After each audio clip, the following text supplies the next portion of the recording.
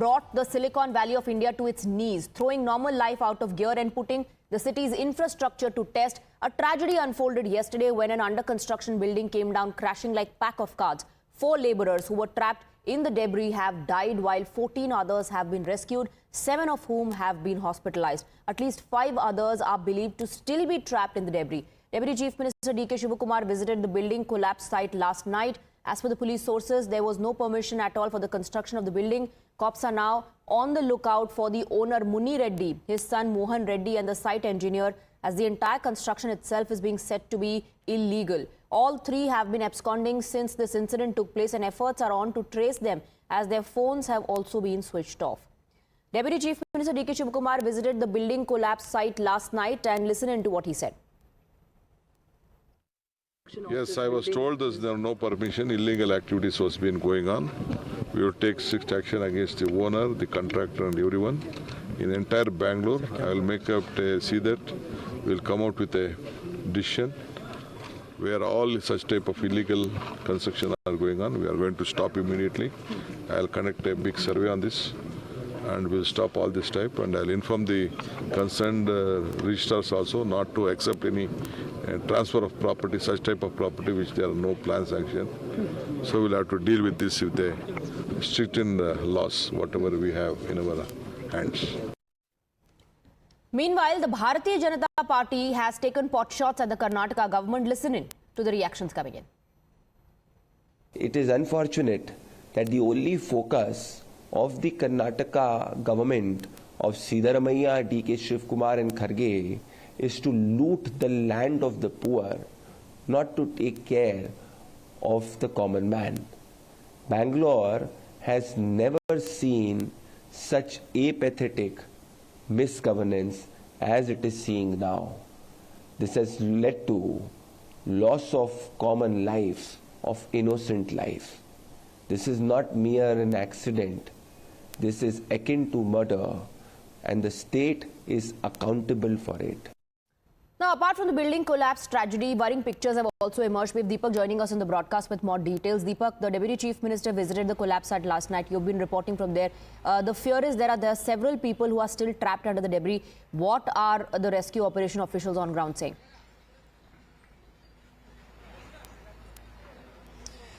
Well, Swati, from early this morning, while we've been tracking the rescue operations, the NDRF teams have been using live sensors. They've been using also sniffer dogs to find out where exactly and if any people are still trapped. The number is expected to be about 2 to 3 who are still under the rubble. Let me take you through, the rescue operations and search operations that are currently going on here at Babusa Palya.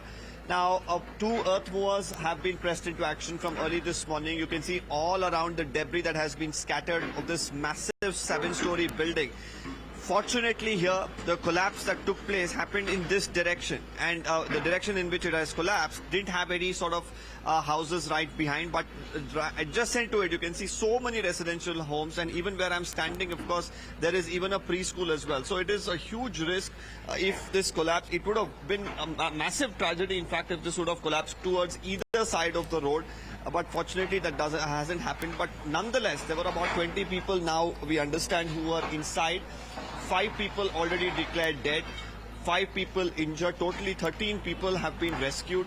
There are about 2 to 3 people of whom the search is still on. The biggest concern here lies in the fact that when we look at this building, it's a 7-story building, and when we look at any sort of plan sanctions that are awarded, it's based on the size of the plot that plan sanctions are awarded. But here, whether permission was actually granted for a 7-story construction is a question. And for a 7-story construction, you would usually have at least, a few months before it reaches this level of construction, because we see even the 7th floor that was constructed. So if it was, and if there was no plan sanction that was, awarded, then why was it, not noticeable by the administration here, by the corporation officials, by the police officials? How did they continue to let it happen? Were the officials here in charge in cahoots with the builder or the owner? All of this needs a thorough investigation, and more than anything else, this incident should serve as a deterrent to anybody else who are flouting norms.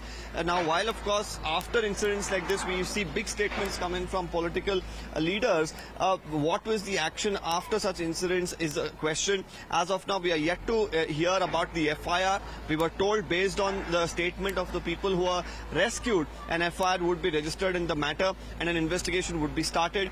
We have been, of course, reaching out to the police officials to give us an update as to whether an FIR has been registered. Up until now, there has been no word on this. The big question is, why the negligence? Why was the construction allowed? Who gave permission? Stay on with us, Deepak. We also have a reaction coming in from Shehzad Poonawalla of the BJP. Let's listen in. 5 people have been killed. Many are trapped in the building collapse, under construction building collapse that has taken place in Bengaluru. Actually, it is not just the building that has collapsed. Congress party is ensuring that the entire brand of a great city collapses because of their loot, corruption, jhoot and their model of khatakhat politics. Because of Congress party, ever since they have come to power, today Bengaluru is facing huge trouble and problems. Be it the huge potholes. Yesterday we saw how a specially abled lady fell into the pothole. We have seen so many people get injured or lose their lives because of these potholes, which are like craters on the moon. We have seen the manner in which this under construction building, which is obviously illegal construction, that has also come down and it has cost the lives of 5 people.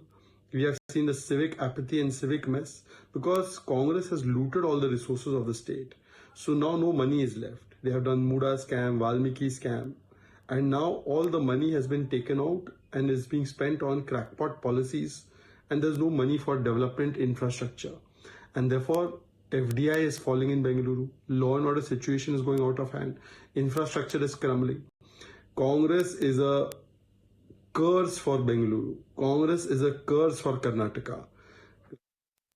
Let's go back to Deepak. Deepak, Shehzad Poonawalla, they're bringing in all the civic issues of Bengaluru, saying there are potholes on the roads, you see inundation, you see flooding when it rains heavily, and now this collapse of a under construction building, calling Congress party a curse for Karnataka.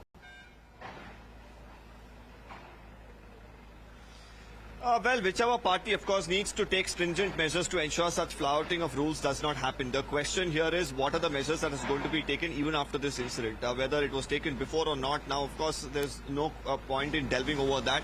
But, after this incident, while action has been promised, more often than not, it remains in words. And as far as the civic problems in Bengaluru is concerned, it's almost become perennial. Everybody living in the city has been used to now become, or rather become immune to dealing with potholes. We've seen people lose their lives. We've seen accidents that have happened in the past few years, but every time there are plain assurances. We've seen the Karnataka High Court in fact interfere as far as the pothole situation is concerned, after which at least the situation has gotten a tad better. But overall civic apathy looms large in the city. There are blame games that continue from one party to the other, but on the ground is only that much that's changing. For the people, of course, who pay their taxes, they only seem to question where their tax money is really going into. On one hand, of course, the politics, like you mentioned, continues. The BJP right now continues to mount the attack over waterlogging in several areas, over potholes, and even as far as this under construction building, they're saying that it was right under the nose of the Congress government the construction was happening, but no cognizance has been taken. But overall, as far as this collapse is concerned, an investigation, of course, needs to be done thoroughly. When did the construction begin? Who are the officials who gave the permission? What was the permission given for? How many floors? And what were the norms that were actually flouted? Right, looks like Bengaluru, the IT capital of the country, has been hit by severe negligence and apathy on part of the civic officials.